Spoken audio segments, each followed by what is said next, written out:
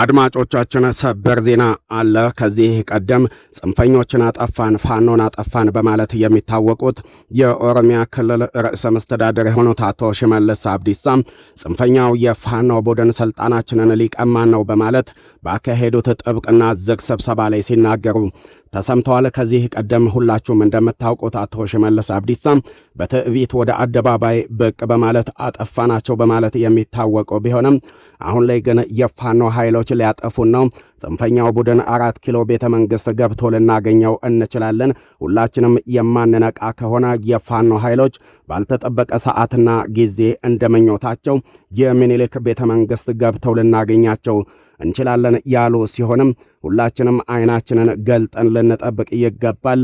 ጽንፈኞቹ ቡድኖች ከሚባለው በላይ አቅምና ጉልበት ገንብተዋል። መጠነ ሰፊ ዘመቻ ተከፍቶብናል ሲሉም ነው የተደመጡት። የኦሮሚያ ክልል ርዕሰ መስተዳድር የሆኑት አቶ ሽመልስ አብዲሳ የፋኖን ኃይሎች በተመለከተ ያስተላለፉት መልእክትም ብዙሃኑን እያነጋገሩ ይገኛል።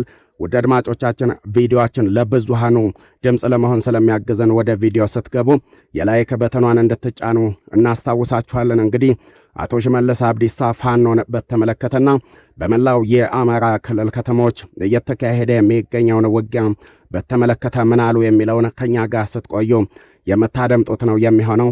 እሺ አድማጮቻችን እንደምን አላችሁ? እንግዲህ ሰበር ዜናዎችን ይዘን ተመልሰናል። ከሰሞኑ በመላው የአማራ ክልል ከተሞች በፋኖና በአገዛዙ ኃይሎች መካከል እየተካሄደ የሚገኘው ውጊያ ከመንጊዜውም በላይ ተባብሶ በቀጠለበት በዚህ ሰዓት የኦሮሚያ ክልል ርዕሰ መስተዳድር የሆኑት አቶ ሽመልስ አብዲሳ የፋኖን ኃይሎች በተመለከተና ብሎም በመላው የአማራ ክልል ከተሞች እየተካሄደ የሚገኘውን ውጊያ በተመለከተ ያልተጠበቀ ንግግርን ሲያካሂዱ ተሰምተዋል። ሁላችሁም እንደምታውቁት ከዚህ ቀደም አቶ ሽመልስ አብዲሳ ጽንፈኞችን አጠፋን፣ ደመሰስን፣ የጽንፈኞችን ትጥቅም ቀምተን እኛ ታጠቅን በማለት ይታወቃሉ። አቶ ሽመልስ በተለይም ወደ ባህር ዳር በማቅናት ቁማሩን በልተናቸው ተመለሰናል በማለት የሚታወቁ ቢሆንም አሁን ላይ ግን ከትላንት በስቲያ በአዲስ አበባ ከተማ በሸራተን አዲስ ባካሄዱት ጥብቅና ዝግ ስብሰባ ላይ ፋኖን በተመለከተ ብሎም በመላው የአማራ ክልል ከተሞች እየተካሄዱ የሚገኙ ውጊያዎችን በተመለከተ ያካሄዱት ንግግር በብዙሃኑ ዘንድ ከፍተኛ ጥያቄን የቀሰቀሰና መነጋገሪያ ሆኖ ተገኝቷል። አቶ ሽመልስ አብዲሳ የውስጥ ምንጮች እንደገለጹልን ከሆነ በሸራተን አዲስ ባካሄዱትም ጥብቅና ዝግ ስብሰባ ላይ ፋኖን በተመለከተም ባስተላለፉት መልእክት ላይም ጽንፈኞቹ ቡድኖች ከአቅማችን በላይ ሆነዋል ሲሉ የተደመጡ ሲሆንም የፋኖን ኃይሎች ለማጥፋት ያለ የሌለ ኃይላችንንና አቅማችንን ተጠቅመናል፣ ያም ሆኖ ግን የፋኖን ኃይሎች ማጥፋት ተስኖናል ሲሉ የተሰሙ ሲሆንም ለዚህም ደግሞ እንደ ምክንያት የገለጹትም የአማራ ብልጽግና ባለስልጣናትና የብአዴን ሹማምንት በአጠቃላይ ጽንፈኛውን ቡድን እየደገፉብን ይገኛሉ ሲሉም ነው የወነጀሉትም። አቶ ሽመልስ አብዲሳ ጽንፈኛውን ቡድን ትጥቅ ለማስፈታት በጦር ጄቶች በድሮንና በሜካናይዝድ የታገዘ መጠነ ሰፊ ውጊያዎችን አካሂደናል፣ ያም ሆኖ ግን የፋኖ ኃይሎች ከአቅማችን በላይ ሆነዋል ሲሉ የተደመጡ ሲሆንም በአዴን ውስጥና የአማራ ብልጽግና ውስጥ የሚገኙ ሹማምንትና ባለስልጣናት በአጠቃላይ የመከላከያ ሰራዊቱን እንቅስቃሴ ለጽንፈኛው ቡድን እየጠቆሙብን መከላከያ ሰራዊቱ ከፍተኛ ጉዳት አስተናግዷል ሲሉ የተደመጡ ሲሆንም አሁን ላይ የጥንት ጠላቶቻችን ወይም ደግሞ አጼዎቹ ከኢትዮጵያ ጥንት ጠላቶች ጎን በመሰለፍም አብይን ከስልጣን ለማስወገድ በውጭና እንዲሁ በውስጥ ከሚገኙ ጠላቶች ጋር በመናበብ መጠነ ሰፊ ዘመቻ ተከፍቶብናል በማለት ስጋታቸውን ሲገልጹም ነው የተደመጡትም።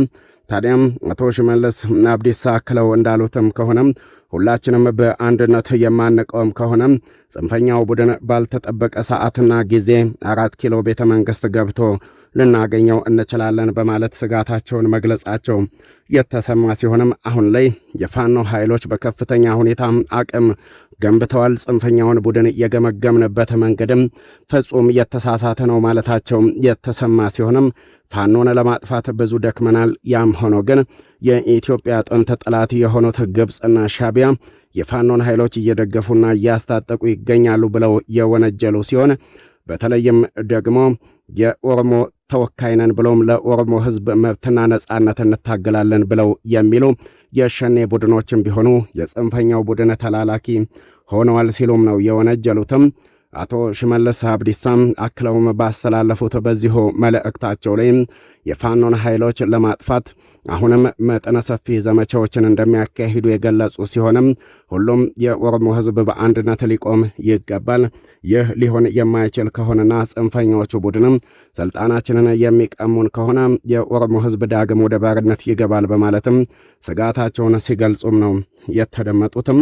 የኦሮሞ ህዝብ በየትኛው ክፍለ ዘመን ወደ ስቃይ አሊያም ደግሞ በየትኛው ክፍለ ዘመን ወደ ባርነት እንደገባ ባይታወቅም አሁን ላይ ግን እንደ አቶ ሽመልስ አብዲሳ ሐሳብና ገለጻ ከሆነ የአጼዎቹ የ4 ኪሎን ቤተ መንግሥት የሚቆጣጠሩ ከሆነ ያከትምልናል በማለት ስጋታቸውን ሲገልጹም ነው የተደመጡት። በተለይ የፋኖ ኃይሎች በሀገር ውስጥና ከሀገር ውጭ ከሚገኙ ጥንተ ጠላቶቻችን ጋር እየተናበቡብን ይገኛሉ። እኛም በአንድነት ልንቆም ይገባል ሲሉም ነው የተደመጡትም ማለት ነው።